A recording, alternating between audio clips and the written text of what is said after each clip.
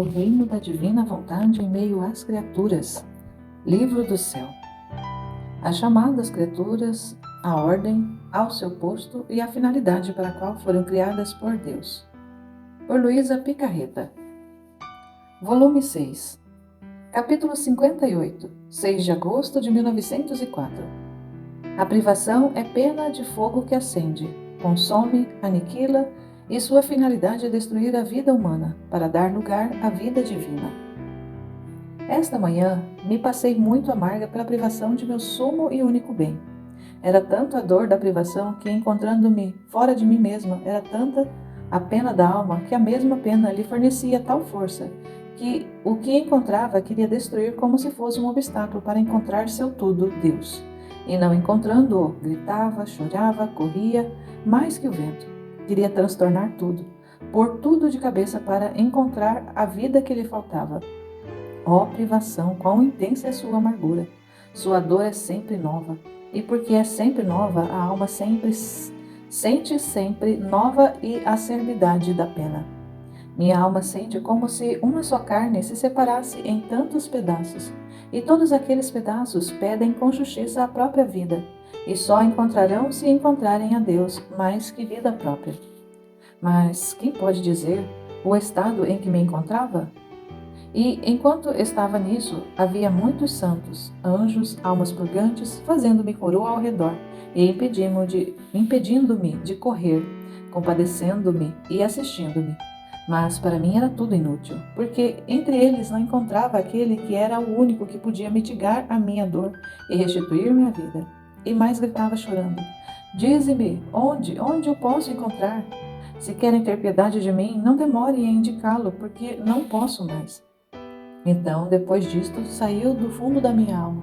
Parecia que fingia dormir sem sentir pena da dureza do meu pobre estado. E apesar de que ele não sentia pena e dormia, ao só vê-lo, respirei a própria vida, como se respira o ar, dizendo: ah, está aqui comigo.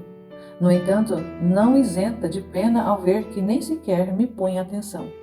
Por isso, depois de muito pesar, como se tivesse acordado, me disse: minha filha, todas as outras tribulações podem ser penitência, expiações, satisfações, mas só a privação é pena de fogo que acende, consome, aniquila, e não se rende se não se vê destruída a vida humana, mas enquanto consome, vivifica e constitui a vida divina. Capítulo 59, 7 de agosto de 1904. Os primeiros a perseguir a igreja serão os religiosos. Encontrando-me no meu estado habitual, encontrei-me rodeada de anjos e santos que me disseram: é necessário que você sofra mais pelas coisas eminentes que estão para acontecer contra a igreja, porque se não acontecerem imediatamente, o tempo as fará acontecer mais moderadas e com menor ofensa a Deus. E eu disse: porventura está em meu poder sofrer? Se o Senhor me dá, de boa vontade sofrerei. Entretanto, fui tomada e levada ao trono de nosso Senhor, e todos pediam que me fizesse sofrer. E Jesus bendito, vindo ao nosso encontro na forma de crucificado, participava-me das suas dores, e não só uma vez, senão que quase toda a manhã. A passei em contínuas renovações da crucificação, e depois me disse: minha filha, os sofrimentos desviam minha justa ira e se renova a luz da graça nas mentes humanas. Ah, filha, você acha que serão os leigos os primeiros a perseguir minha igreja? Ah, não, serão os religiosos, as mesmas cabeças que fingindo agora filhos, pastores, mas no fundo são serpentes venenosas que se envenenam a si mesmos e aos demais, os que começarão a prejudicar entre si mesmos esta boa mãe, e depois seguirão os leigos. E depois, tendo me chamado à obediência, o Senhor retirou-se, mas todo amargurado. Capítulo 60, 8 de agosto de 1904. Buscar a Jesus no nosso interior, não no exterior. Tudo deve estar encerrado numa palavra: amor. Quem ama a Jesus é outro Jesus. Continuava esperando, e assim que veio o meu adorável Jesus, se bem o sentia próximo, mas fazia por tocá-lo e fugia, e quase me impedia sair de mim mesma para ir em sua busca. Depois de ter esperado muito, assim que se fez ver, me disse: Minha filha, não me busque fora de ti, senão dentro de ti, no fundo da tua alma, porque se saíres fora e não me encontrardes, sofrerás muito e não poderás resistir. Se me podes encontrar com mais facilidade, por que te queres fatigar? E eu: Creio que se não te encontro rápido em mim, posso te encontrar fora, e é o amor que me empurra a isto. E ele: é o amor que te empurra para isto? Tudo deveria estar encerrado em uma só palavra: amor. E quem não encerra tudo nisto, pode-se dizer que do amar-me, a alma não conhece nem sequer um jota. E à medida que a alma me ame, assim lhe aumentarei o dom do sofrer. E eu, interrompendo a sua fala, toda surpreendida e aflita, disse: Vida minha e todo o meu bem, então eu pouco ou nada sofro, por conseguinte, pouco ou nada te amo. Que espanto, ao só pensar que não te amo, minha alma sente por isso um vivo desgosto, e quase me sinto ofendida por ti. E ele acrescentou: Eu não tenho de te desagradar. Eu não tento te desagradar. Teu desgosto oprimia mais o meu coração que o teu. E além disso, não deves olhar só os sofrimentos corporais, senão também os espirituais, a vontade verdadeira que tens de sofrer, porque o querer a alma verdadeiramente sofrer, diante de mim é como se a alma o tivesse sofrido. Por isso acalma-te e não te perturbes, e deixa-me continuar a dizer. Você nunca viu dois amigos íntimos? Como tratam de imitar-se um ao outro e de retratar em si mesmo o amigo. Portanto, imitam a voz, os modos, os passos, as obras, os vestidos, assim que o amigo pode dizer: Aquele que me ama é outro eu mesmo. E sendo eu mesmo, não posso fazer menos que amá-lo. Assim faço eu pela alma que se fecha toda a si mesma como dentro de um breve giro de amor. Todo eu me sinto como retratado nela mesma. E encontrando-me eu mesmo, de todo o coração a amo. E não posso fazer outra coisa que estar com ela, porque se a deixo, me deixaria a mim mesmo. E enquanto dizia isto, desapareceu. Capítulo 61, 9 de agosto de 1904. Não são as obras que constituem o mérito do homem, mas apenas a obediência, como parto da vontade divina. Tendo tardado em vir, de repente, como um golpe de luz, veio e fiquei dentro e fora, toda cheia de luz. Mas não sei dizer o que nesta luz compreendeu e provou minha alma. Só digo que depois o bendito Jesus me disse: Minha filha, não são as obras que constituem o mérito do homem, mas somente a obediência é a que constitui todos os méritos, como parto da vontade divina.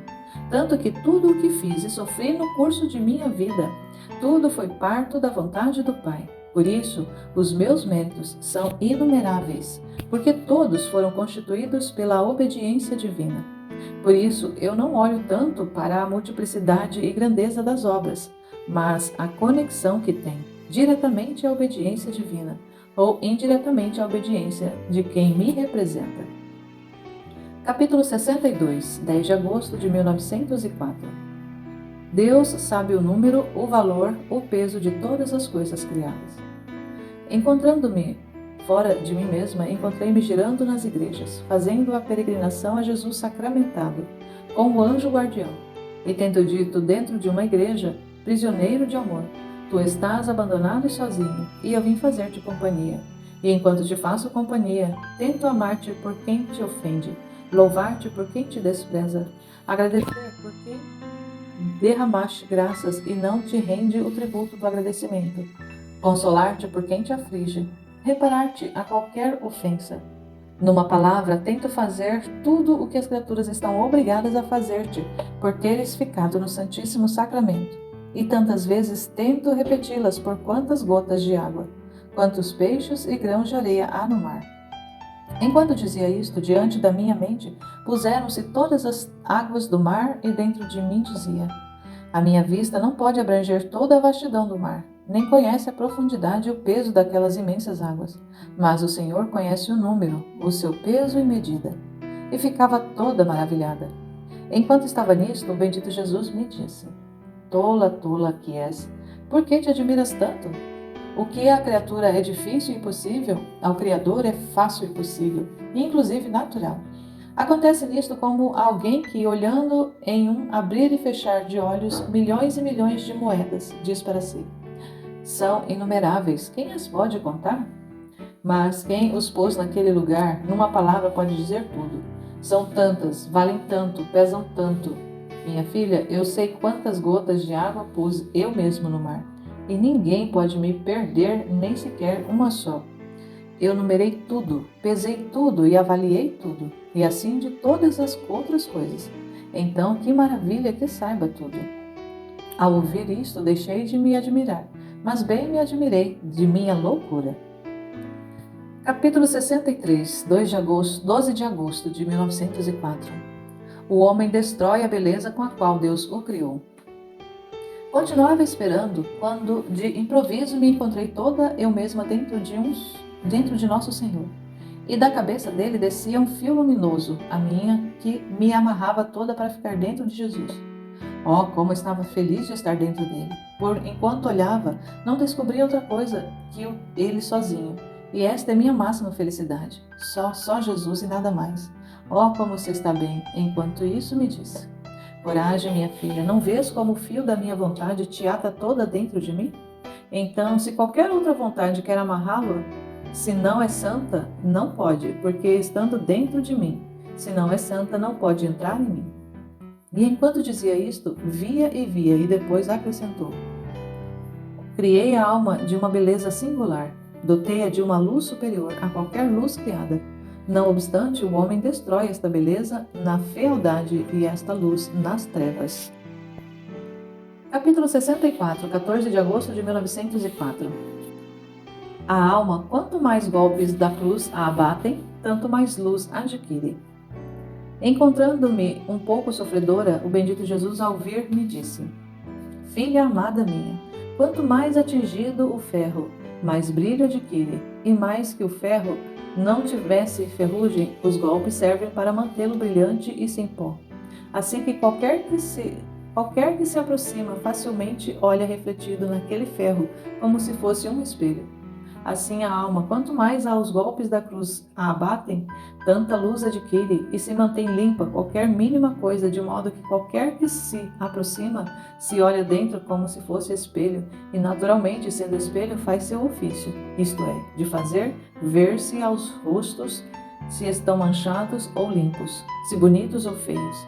E não só isso, senão que eu mesmo me deleito de ir a me olhar nela, pois não encontro nela nem pó, nem outra coisa que me impeça de fazer refletir nela minha imagem. Por isso amo sempre mais. Capítulo 65, 15 de agosto de 1904.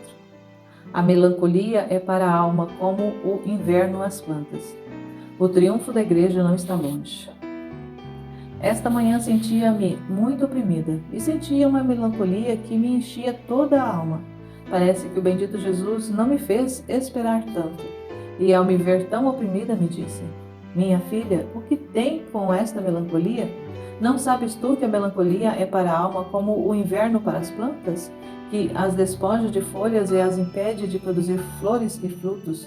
Tanto que se não viesse a alegria da primavera e do calor, as pobres plantas ficariam desativadas e terminariam por secar-se?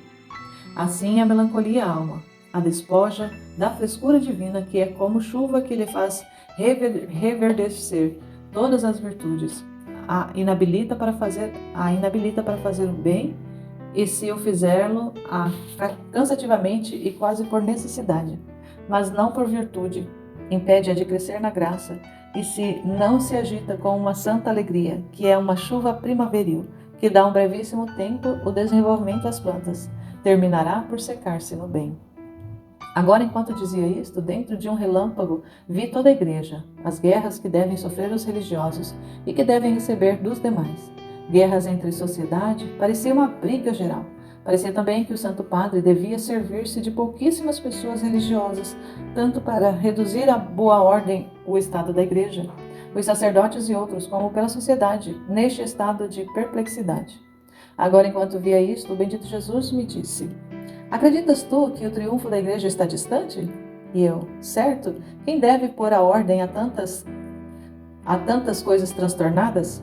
E ele: ao contrário, digo-te que está próximo, e é choque que deve acontecer, mas forte, e por isso permitirei tudo entre os religiosos e os leigos para abreviar o tempo.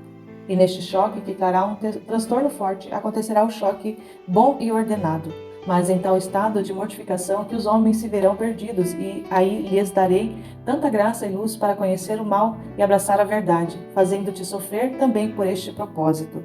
Se com tudo isto não me escutam, então te levarei ao céu, e as coisas acontecerão ainda mais graves, e esperarão mais para que chegue o desejado triunfo. Capítulo 66, 23 de agosto de 1904. Castigos também na Itália. Esta manhã passei amargamente, privada quase totalmente do meu bendito Jesus. Só que me encontrava fora de mim mesma, no meio da guerra e pessoas mortas, países sitiados, e parecia que acontecia também na Itália. Que espanto sentia! Queria subtrair-me de cenas tão dolorosas, mas não podia. Uma potência suprema me tinha ali pregada. Se era anjo ou santo, não sei dizer com segurança. Disse-me: pobre Itália, como será destruída por guerras? Ao ouvir isto, fiquei ainda mais espantada e encontrei-me em mim mesma, e não tendo visto aquele que é a minha vida, e com todas aquelas cenas na mente, sentia-me a morrer. Então vi apenas um braço e me disse: certamente haverá alguma coisa na Itália. Capítulo 67, 2 de setembro de 1904. Só Jesus tem poder para entrar nos corações e dominá-los como lhe aprouver. Novo modo como os sacerdotes devem se comportar. Encontrando-me em meu habitual estado, me sentia toda oprimida, com o agregado temor de que meu pobre estado fosse toda obra diabólica, e me sentia consumir a alma e o corpo. Depois que assim veio e disse-me: minha filha, por que te perturbas tanto? Não sabes tu que, se unirem todas as potências diabólicas, não podem entrar dentro de um coração e tomar domínio dele, a menos que a própria alma, por sua própria vontade, lhes dê a entrada? Só Deus tem este poder de entrar nos corações e dominá-los como lhe aprouver. E eu: Senhor, por que me sinto consumir a alma e corpo quando me privas de ti? Não é porventura este o sopro diabólico que penetrou na minha alma e que assim me tenta?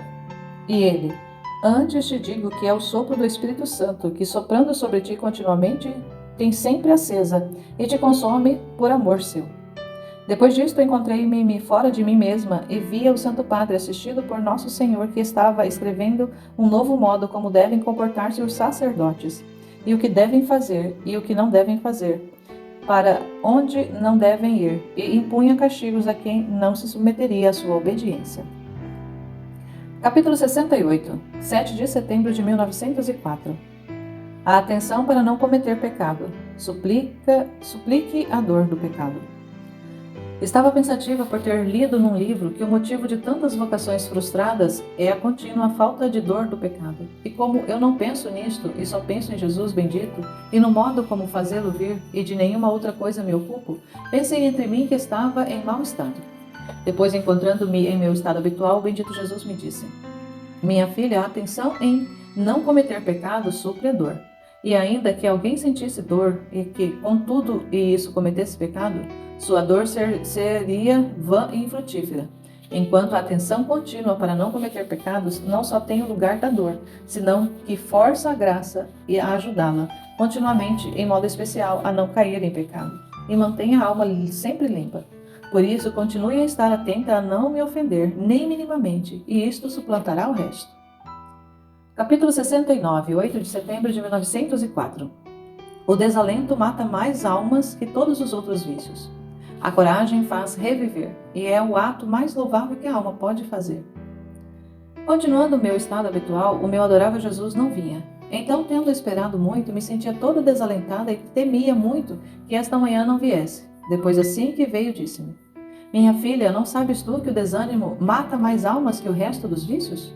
Por isso, coragem, coragem, porque assim como o desencorajamento mata, assim o valor, a coragem, faz reviver, e é o ato mais louvável que a alma pode fazer, porque enquanto se sente desencorajada, do mesmo desencorajamento toma valor, anula-se a si mesma e espera, e desfazendo-se a si mesma, já se encontra recusada em Deus.